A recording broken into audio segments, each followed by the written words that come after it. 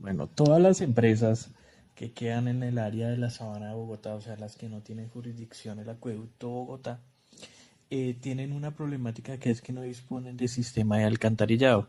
Entonces, ¿qué les toca hacer? Hay dos alternativas. Una, solicitar los permisos ante la autoridad ambiental pertinente para poder generar vertimientos. Para esos vertimientos primero le deben hacer una caracterización al agua para verificar que su pH sea neutro y que cuando se realice el vertimiento al subsuelo no tenga afectaciones ni a las fuentes hídricas subterráneas ni a las fuentes hídricas superficiales. Ante eso, las organizaciones también han decidido generar lo que se le llaman los PETAR, las plantas de tratamiento. Pero como hasta este año, a partir de enero del 2016, hay una legislación en donde ya a las empresas no las obligan a que esos residuos sean manejados de forma cuidadosa. En el caso de la planta, donde actualmente desarrollo los temas ambientales con respecto a las aguas residuales, tenemos la problemática es que toda la agua, tanto de uso doméstico o no doméstico, van hacia unos puntos o cajas que son llamados pozos sépticos. En estos pozos sépticos se hacen como unas trampas de grasas y de sólidos para que el resto de agua líquida se distribuya a nivel de vertimiento de subsuelos. Y para el tema de las aguas de estos residuales industriales o las no domésticas, nosotros después de cada 15 días generamos aproximadamente 2.8 metros cúbicos, lo equivalente a un aproximado de 110 o 120 metros cúbicos, centímetros cúbicos al día. Eh, con esto, con esto, la principal problemática que nosotros tenemos es que al no disponer nosotros de una acueducto y un PETAR debemos contratar servicios externos para la recolección de estas aguas y que éstas sean tratadas de forma correcta y que sean autorizadas por la autoridad ambiental pertinente. Bueno, con el tema del consumo mensual de agua a nivel industrial, pues hay varios factores que inciden en ello. Uno es la cantidad de personas que laboren diariamente, ya que se tiene como un estimado en un consumo por persona de aproximadamente eh, 30, entre 25 a 30 litros por persona de consumo general. Entonces, dependiendo de la cantidad de personas que tenga la planta, pues ese consumo es un consumo que se va a mantener estándar, que se establezcan de pronto mantenimientos preventivos para evitar que las salidas del agua, ya de llames, tomas, redes sanitarias, eviten el consumo excesivo que puede ser por daños o averías en la tubería. Eso sería un muy buen aporte para disminuir el consumo excesivo que puede generarse por mantenimientos no programados correctos. Otra forma es también dependiendo de la producción. Si esa industria necesita el agua para generar algún proceso operativo, pues también su consumo va a verse proporcional a la cantidad de unidades que produzcan en el mes. Si disminuye su producción, eventualmente también debe disminuir el consumo del agua, pero si aumenta proporcionalmente también va a aumentar. También ahí quedan en las empresas diseñar estrategias y mejoramiento en los procesos para garantizar que esa agua pueda disminuirse en su consumo. No sé, nuevas tecnologías, nuevos proyectos, diseños de nuevas propuestas para evitar que el agua siga siendo uno de los principales productos para la elaboración de una de las principales materias o características para que se desarrolle un producto.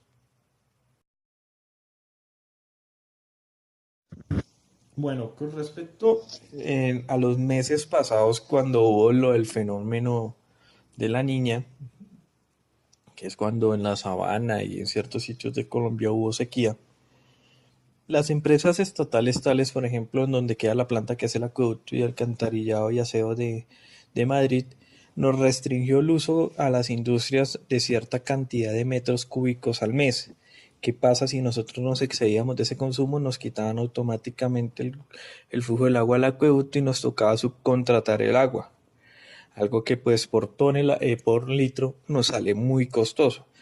Entonces esa es una de las formas que las empresas también tratan de que la industria no consuma en exceso el producto cuando está escaso, dándole prioridad al área rural y al uso doméstico de dicho recurso natural. Las empresas, al tener que consumir más en estas épocas y contratar, les genera un sobrecosto sobre este recurso.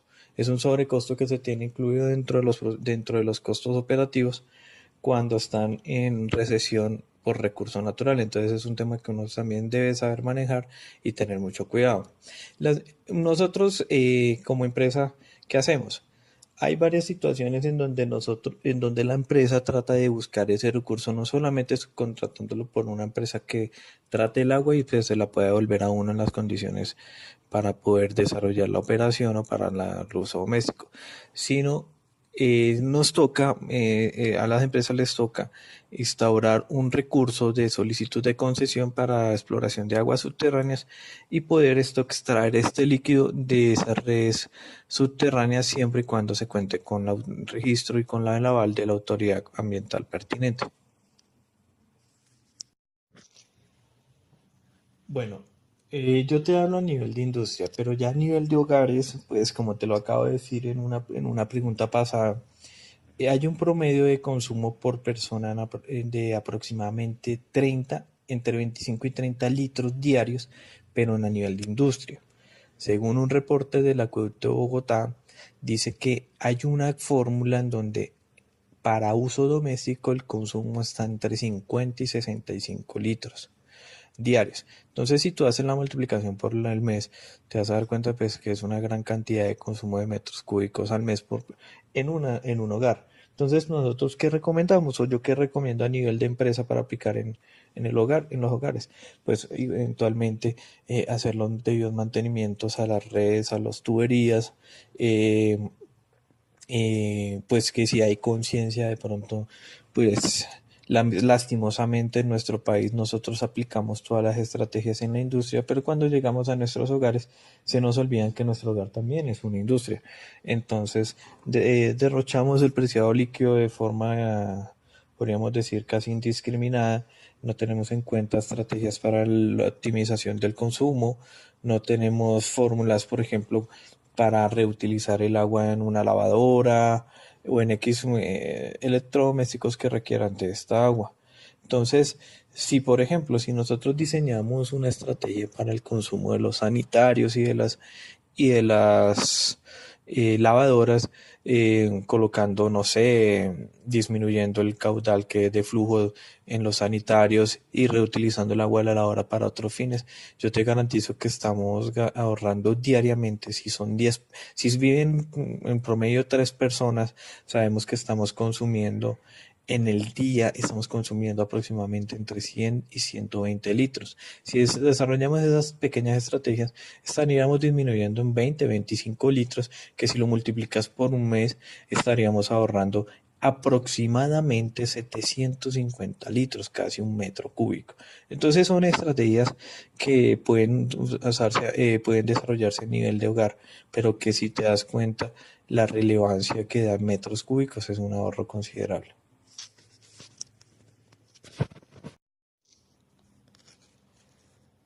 Las campañas que hacen por los medios de comunicación es muy cierto. Es importante también generar hábitos de consumo en donde se haga de forma responsable. Cuando la gente se cepilla los dientes, evitar que el agua siga saliendo. Cuando se ducha, pues cerrar la llave mientras se asea con sus jabones o champú, lo que usen. Es importante, eso es una gran ayuda, también teniendo en cuenta que lo que te acabo de decir en una anterior pregunta es que no importa que se utilicen estos métodos, hay que mantener también un mantenimiento de esas redes, evitar las fugas de agua, evitar el goteo, eh, o también poder reutilizar el agua de la lavadora, disminuir el caudal que se genera al momento de soltar el agua en las redes sanitarias. Esos son importantes y es bueno que se manejen a nivel de hogar. El problema es que no hay quien audite eso. La única auditoría que se realiza es un recibo que genera la empresa de acueducto. Entonces, o sea, el crear sensibilización y el corroborar de que una entidad a uno le está ayudando a generar ese hábito, es importante que sea auditable por medio de estrategias, de revisiones periódicas, entre otros. Entonces, pues, viendo el tema de comerciales, sí es muy bueno, pero falta realmente mucho compromiso.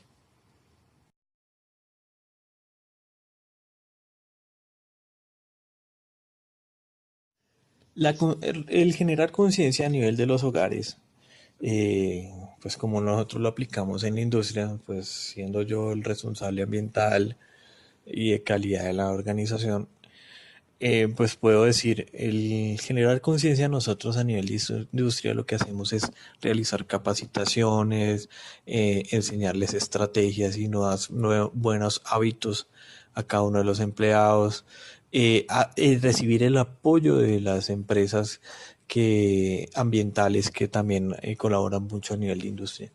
Entonces, el, el generar conciencia es también hacer entender a la población o hacer entender a la muestra poblacional de la importancia de lo que es realizar la reutilización del agua que permita ser reutilizada, porque vuelvo y reitero, no toda el agua es reutilizable. Si tú usas un detergente que tenga ciertos contenidos de fosfato, sabes que vas a generar en el agua un pH superior a 6 que puede volverla ácida. Por ende, no es un agua que es recomendable reutilizar por su alto contenido de acidez. O si está ahí por menos de 3, pues va a ser un agua muy básica y por ende también pues va a ser un agua que no es recomendable usarla para fines inclusive en donde tenga que haber contacto con el cuerpo.